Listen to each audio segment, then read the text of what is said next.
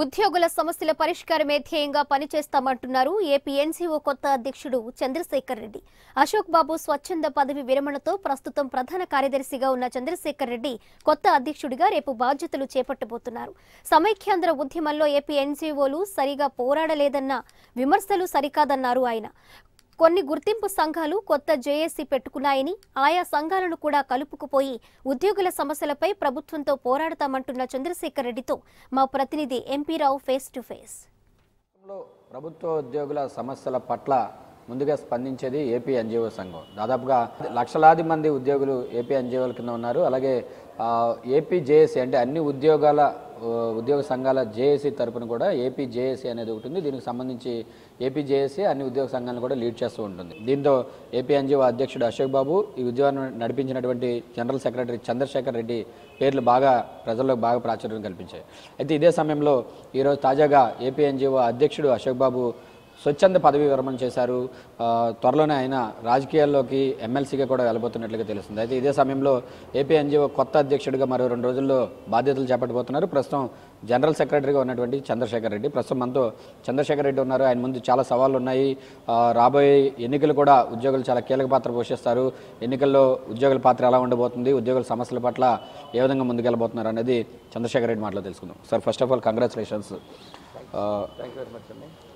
AP NGO సంఘం తరపున ఉద్యోగుల సమస్యల మీద ఇప్పటికే చాలా సమస్యల మీద పోరాడుతూ వచ్చారు. కానీ ఇటీవల ఏపీ ఎన్జీఓలు అంటే కొద్దిగా మసకబారుతున్నటువంటి పరిస్థితి, ఉద్యోగుల సమస్యల పట్ల సానుకూలంగా పట్టించుకోవడం లేదు అన్నది ఒక ఉద్యోగుల్లో ఒక వాదన కింద వినిపిస్తుంది. దీన్ని ఎలా చూస్తారు మీరు? అవన్నీ కూడా అవాస్తవాలు.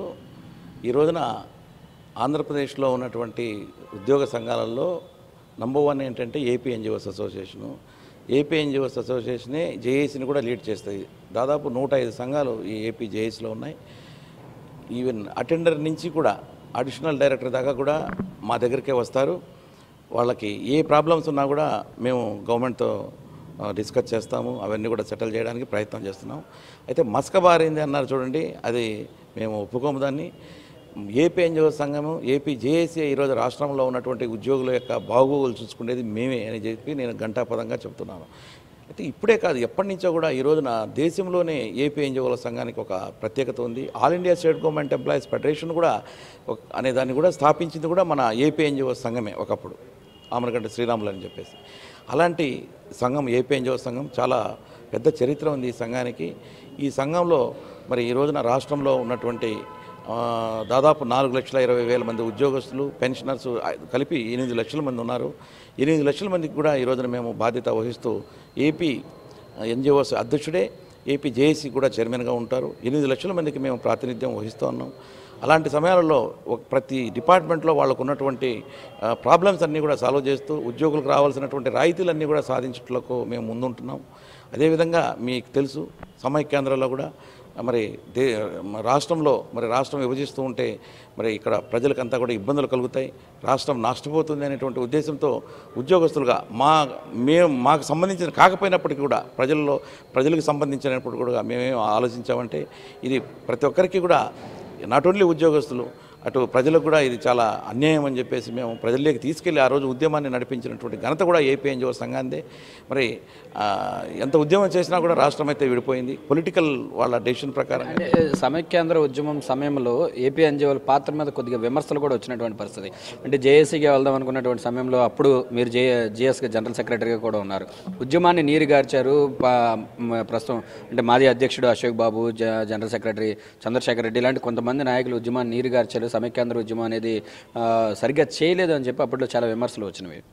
ఆ రోజు ఉన్నటువంటి పొలిటికల్ పార్టీస్ అంతా కూడా వాళ్ళ స్వలాభాల కోసం పోరాడాయి, చూసుకున్నారు తప్ప వాళ్ళందరూ కూడా ఒకరి మీద ఒకరు, ఆ పార్టీ మీద ఈ పార్టీ మీద ఆ పార్టీ చేశారు. ఆ రోజు ఉన్నటువంటి కాంగ్రెస్ ప్రభుత్వం అయితే మరి ఆ రోజున సెంట్రల్ గవర్నమెంట్లో ఉన్నారు కాబట్టి వాళ్ళకు వీళ్ళు అమ్ముడు పోవడం వలన వాళ్ళ దగ్గరికి పోయి కూడా మేము చెప్పాం, అయ్యా మీరంతా కూడా ఆంధ్రప్రదేశ్లో తిరగలేరు బయట అని చెప్పేసి కూడా వార్నింగ్లు ఇచ్చి వాళ్ళ ఇల్లు ముట్టడించడం కూడా జరిగింది. ఆ రోజున ఎంపీలు కానీ మన సెంట్రల్ మినిస్టర్స్ కానీ ఆ పార్టీకి చెందిన వాళ్ళని అలా చేసాం. అయితే ఉద్యమం అయితే భారీ ఎత్తున మరి ఆంధ్రప్రదేశ్లో నడిపించింది ఏపీ ఎన్జీఓసే.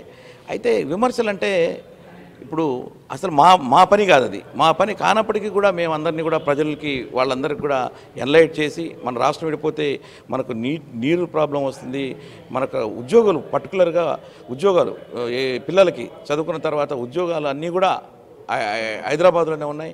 మరి ఇక్కడ ఏమీ లేవు, ఎలాంటి ఫ్యాక్టరీస్ లేవు, ఉద్యోగాలు కానీ వాళ్ళకి రావాలంటే పిల్లలకి డెవలప్మెంట్ కావాలంటే చాలా ఏళ్ళు పడుతుంది. హైదరాబాద్ను మనం డెవలప్ చేసుకున్నాం, ఆంధ్ర తెలంగాణ వాళ్ళందరం కూడా కలిసి దాన్ని ఎట్లయినా కూడా మనం ఖచ్చితంగా కంబైన్డ్గా ఉండాలి అని చెప్పేసి, యునైటెడ్గా ఉండాలని చెప్పేసి కూడా మేము పోరాడాం. ఉద్యోగుల సమస్యలకు వద్దాం సార్. ఇప్పుడు ప్రస్తుతం రాష్ట్రంలో చాలా ఉద్యోగులు అంటే అన్ని సంఘాల్లోనూ కూడా చాలా సమస్యలు ఉన్నాయి. ప్రధానమైనటువంటి సమస్యలు ఏంటి, వాటి పరిష్కారానికి మీరు ఏ విధంగా ముందుకెళ్ళబోతున్నారు? ఈరోజు మేము ఏపీ జేఏసీగా ప్రతి ఉద్యోగాలకు ఎలాంటి ప్రాబ్లమ్స్ ఉన్నా కూడా సాల్వ్ చేయడంలో ముందుంటున్నాం. అయితే ప్రప్రథమంగా ఉన్నటువంటి సమస్య ఇప్పుడు ఏంటంటే 11th పిఆర్సీ 1/7/2018 నుంచి 11th పిఆర్సీ రావాల్సి ఉంది. అయితే కొంత కాలయాపన జరుగుతూ ఉంది. కాలయాపన జరుగుతుంది కాబట్టి 35% ఇంటరిమ్ రిలీఫ్ ఇవ్వాలని చెప్పేసి కూడా ముఖ్యమంత్రి గారిని కోరినాం. సో ఇది అంటే కొత్తగా బాధ్యతలు చేపట్టిన తర్వాత ఉద్యోగుల ప్రధాన సమస్యల మీద అవసరమైతే ప్రభుత్వాలను నిలదీస్తాము. ప్రధానంగా ఉద్యోగుల సమస్యలు అయినటువంటి పీఆర్సీ కానీ సిపిఎస్ ఇలాంటి ప్రధాన మెయిన్ డిమాండ్స్ ఏవైతే ఉన్నాయో వాటి మీద ముందుగా పోరాటం చేసి అన్ని ఉద్యోగాల సంఘాలను కలుపుకుని ముందుకు వెళ్తాను. ఉద్యోగుల అభివృద్ధి, వారి డిమాండ్ల పట్ల ఎప్పటికప్పుడు ప్రభుత్వం మీద పోరాటం చేసి వారి సమస్యల పరిష్కారానికి కృషి చేస్తానని చెప్పి కొత్తగా 2 రోజుల బాధ్యతలు చేపట్టబోతున్నటువంటి ఏపీ ఎన్జిఓ అధ్యక్షుడిగా బాధ్యతలు చేపట్టబోతున్నటువంటి చంద్రశేఖర్ రెడ్డి చెప్తున్నారు. అలాగే ఏపీ జేఏసీకి చైర్మన్గా కూడా ఈయన వ్యవహరించనున్నారు. కెమెరా పర్సన్ సైదాతో ఎంపీ రావు, ఏపీ 24/7 అమరావతి.